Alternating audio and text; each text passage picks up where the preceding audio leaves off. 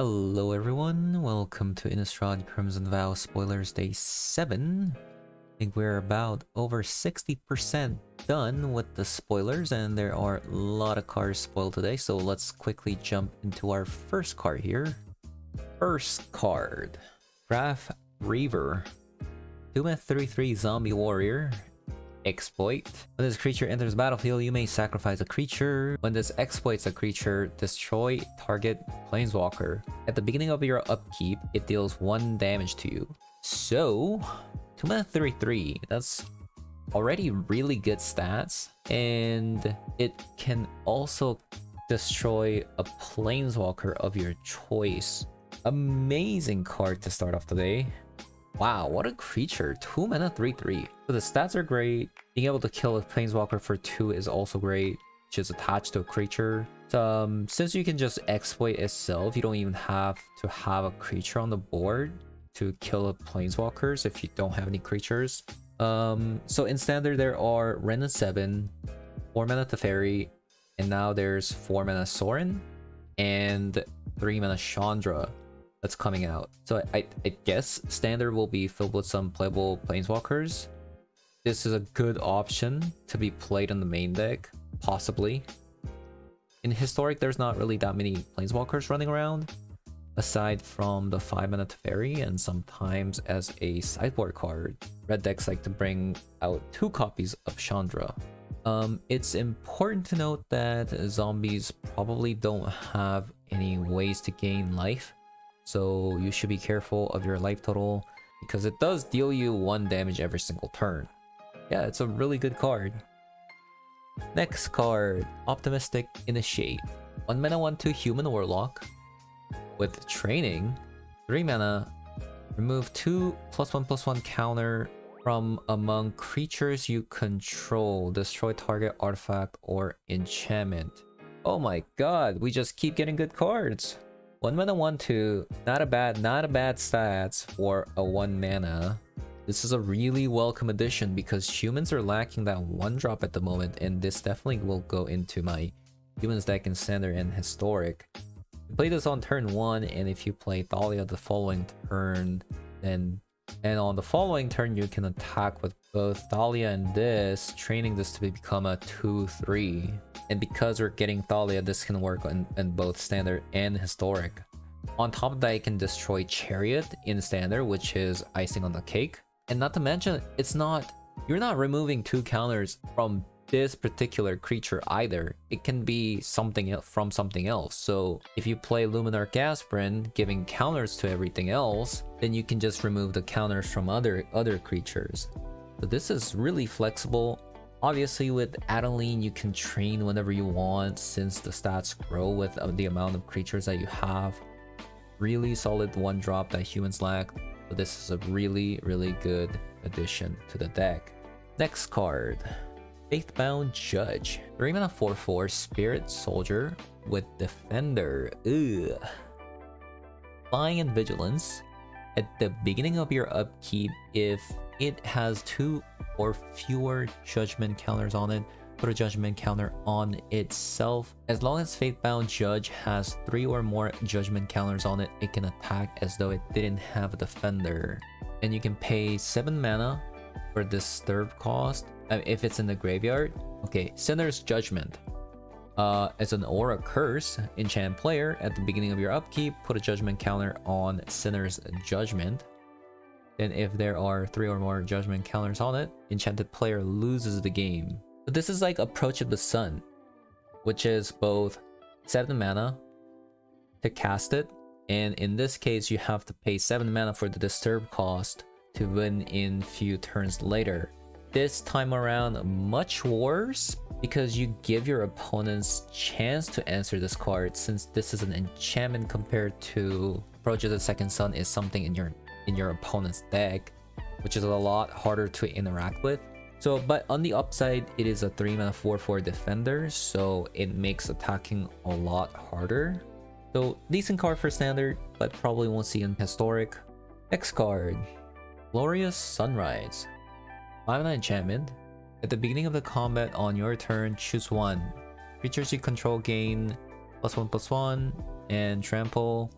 Target land gets add 3 mana, add 3 green until the end of turn.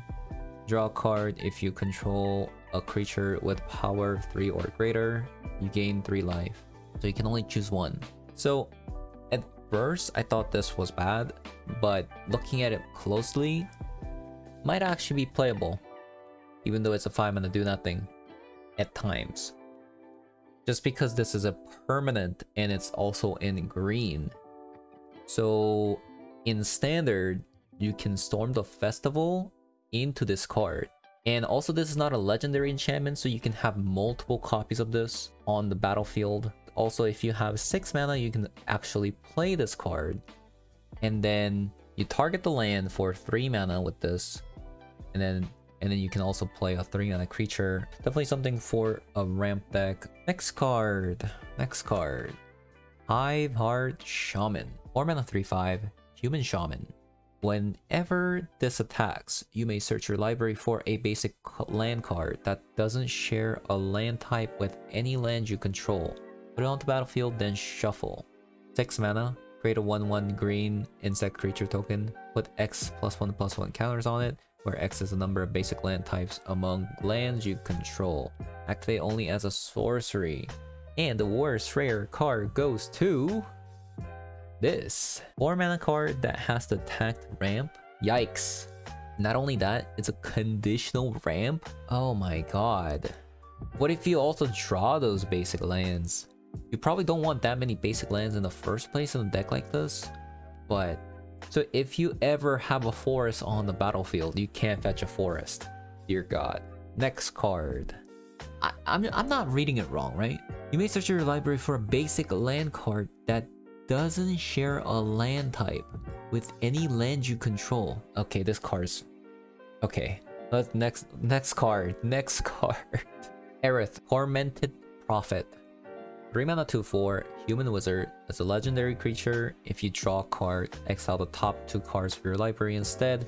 You may play those cards this turn. Other turns probably won't play this, because if they happen to exile cards such as Alrund's Epiphany, Saw It Coming, you can't foretell it because they're in the exile. So this has to be some kind of a card that goes into a tempo deck that likes to gain some cards that can be played immediately. One thing to note is that you can't actually deck out with this card, because if you try to draw that last card, like let's say you don't have any cards in your deck and you try to draw it, it'll try to exile the 2 cards of your library instead. But because you don't have any, because of this, you won't ever deck out if this is on the field. And the card does let you go through your deck really fast. But since Historic doesn't have Thassa's Oracle anymore, I don't know how playable this card is. This card probably may generate some kind of an archetype, like is a tempo perhaps in standard. I think it's a little bit too slow for Historic. Anyways, next card. Dreamshackle Geist. 3 mana 3/1 Spirit. Flying at the beginning of combat on your turn, choose up to 1. So you can either pick tap target creature, or target creature doesn't untap during its controller's next untap step. Obviously, since this costs 3 mana, and it's also a spirit, we have to compare it to Nebelgast. In some way, it's better than the card, and in a lot of ways, it's also worse.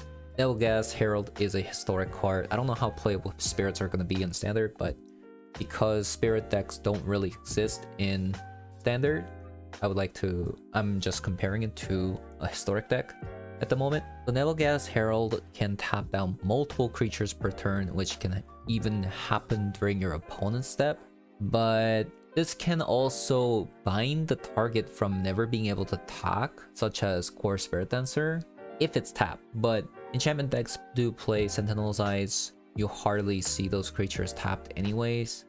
So hard to say, but I don't think it's going to be played in historic just because it's also double blue. Spirit decks like to splash white and green at the moment, but I'll definitely try it out in the spirit deck to see if it works out.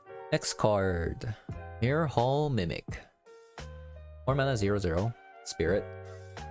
You may have this enter the battlefield as a copy of any creatures on the battlefield, except it's a spirit in addition to its other types. Disturb. You can pay 5 mana if it's in the graveyard. Becomes Ghastly Mimicry.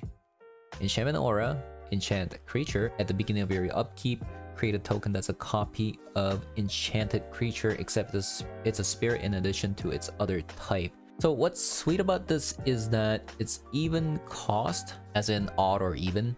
So you can play this in Garuda deck, and then if it gets destroyed, you can pay for the disturb cost, hoping to enchant it to Garuda and repeat from there. But I think this is a far worse than a card that already exists in Historic, which is Vizier of Many Faces, since Vizier can copy it immediately, whereas this card, you have to actually wait until your upkeep again. I mean, if you're looking for more Vizier of Many Faces effect, I guess you can play this, but I don't think it'll see play in Historic. Alright, next card. Old Rutstein. 3 mana 1/4, Human Peasant, a legendary creature. When this enters the battlefield or at the beginning of your upkeep, mill a card. If a land card is milled this way, create a treasure token. If a creature card is milled this way, create a 1/1 green insect creature token. If a non-creature, non-land card is milled this way, create a blood token. This card is really good. I really like this card.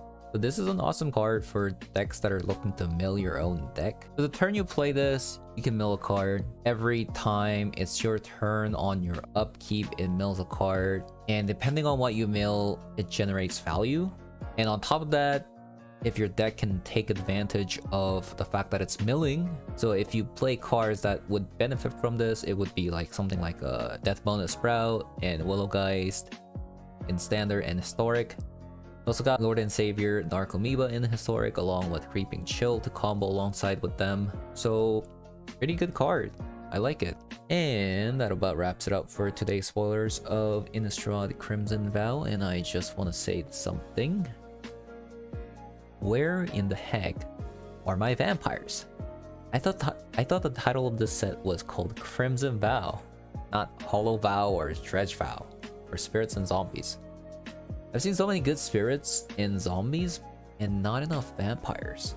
All we've been getting for vampires are some like chunky vampires, like 4 mana, 3 mana. But anyways, yeah, I mean, we've been getting some pretty good spirits and zombies and other things.